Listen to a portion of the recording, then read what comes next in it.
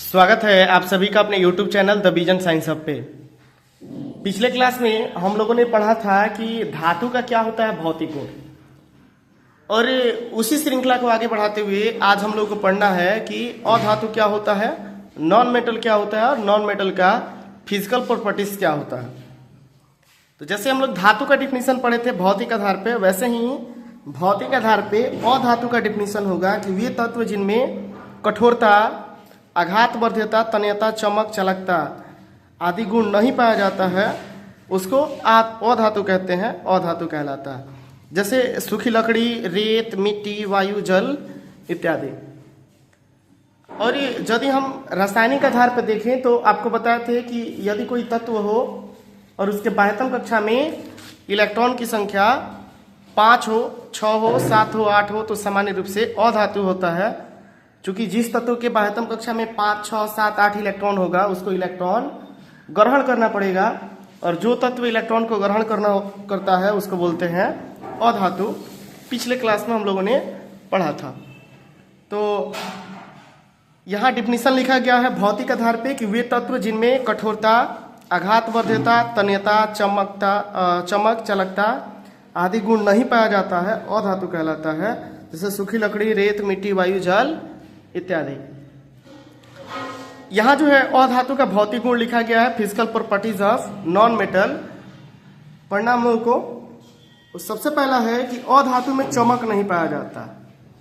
जो अधातु होता है उसमें चमक नहीं पाया जाता, लेकिन ग्रेफाइट और हीरा दो ऐसा अधातु है जिसमें चमक पाया जाता है।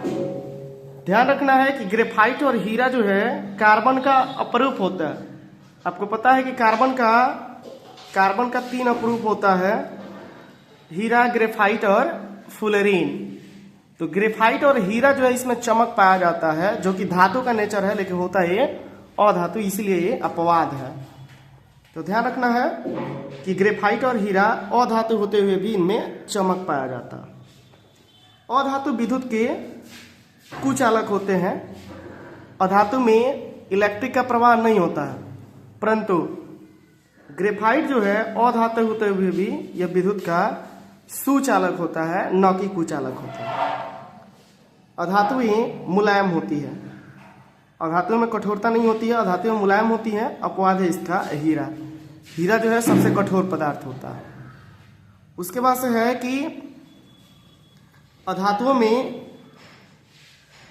आघात बधिरता का गुण नहीं पाया जाता है, अर्थात अगर अधातुओं पर यदि हम चोट मारे तो अधातु जो है चूर चूर हो जाता है या फिर टूट जाता है। नेक्स्ट है कि अधातुएं ठोस, द्रव, गैस तीनों अवस्था में होती है। अधातु जो है ठोस में भी हो सकता है, द्रव में भी हो सकता है और गैस में भी हो सकता है। लेकिन जो ठोस होता है, जो धातु होता है ज्यादातर ठोस अवस्था में होता है यदि हम पारा को छोड़ दें। तो ध्यान रखना है कि अधातु ठोस, द्रव, गैस तीनों अवस्था में होता है। अब हम लोग को पढ़ना है कि धातु और अधातु में भौतिक आधार पर क्या अंतर है। तो आइए देखते हैं धातु और अधातु में अंतर। सबसे पहला एक तरफ लिखा गया है मेटल और दूसरे तरफ लिखा गया है नॉन मेटल। एक तरफ धातु है, दूसरी तरफ अधातु है। इसमें धातु में सबसे पहला है कि धातुएं ठोस होती है, लेकिन इसका अपवाद होता है पारा। पारा जो है द्रव अवस्था में पाया जाता है। इधर लिखा गया है कि अधातुएं तीनों अवस्थाओं में पाई जाती है। अभी हम लोगों ने पढ़ा कि अधातु ठोस, द्रव और गैस तीनों अवस्था में होता है। दूसरा है अधातुएं आघात वर्ध एवं तन्य होती है, अपवाद है इसका विस्मत। इधर लिखा गया है कि अधातुएं भंगुर होती है। भंगुर मतलब जो जल्दी टूट जाए, आसानी से टूट जाए या चोट मारने पर चूर चूर हो जाए।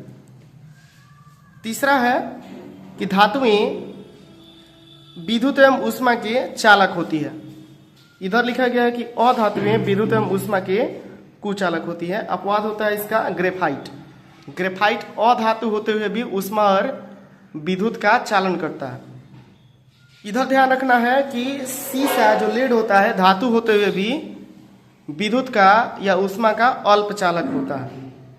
नेक्स्ट है धातुएं चमकदार होती है। इधर लिखा गया है कि अधातुएं चमकदार नहीं होती है, अपवाद है आयोडीन और ग्रेफाइट। आयोडीन और ग्रेफाइट अधातु है, फिर भी इसमें चमक जो है पाया जाता। नेक्स्ट है कि इनका गलनांक एवं क्वथनांक, melting point and boiling point high होता है, उच्च होता है, और जो अधातु होता है इसका गलनांक एवं क्वथनांक निम्न होता है। तो ध्यान रखिएगा, धातु और अधातु में ये अंतर रहा। लास्ट का अंतर था कि इनका गलनांक एवं क्वथनांक उच्च होता है, लेकिन जो अधातु होता है इसका गलनांक और क्वथनांक निम्न होता है। तो धातु और अधातु में अंतर था। हम इसको एक बार बैक कर लेते हैं। आप लोग इसका स्क्रीनशॉट एक बार ले लीजिए, अच्छी तरह से स्क्रीनशॉट कर लीजिए सभी लोग। एग्जाम ओरिएंटेड महत्वपूर्ण है। वीडियो में जुड़े रहने के लिए आप सभी का धन्यवाद। मिलते हैं फिर अगले वीडियो में।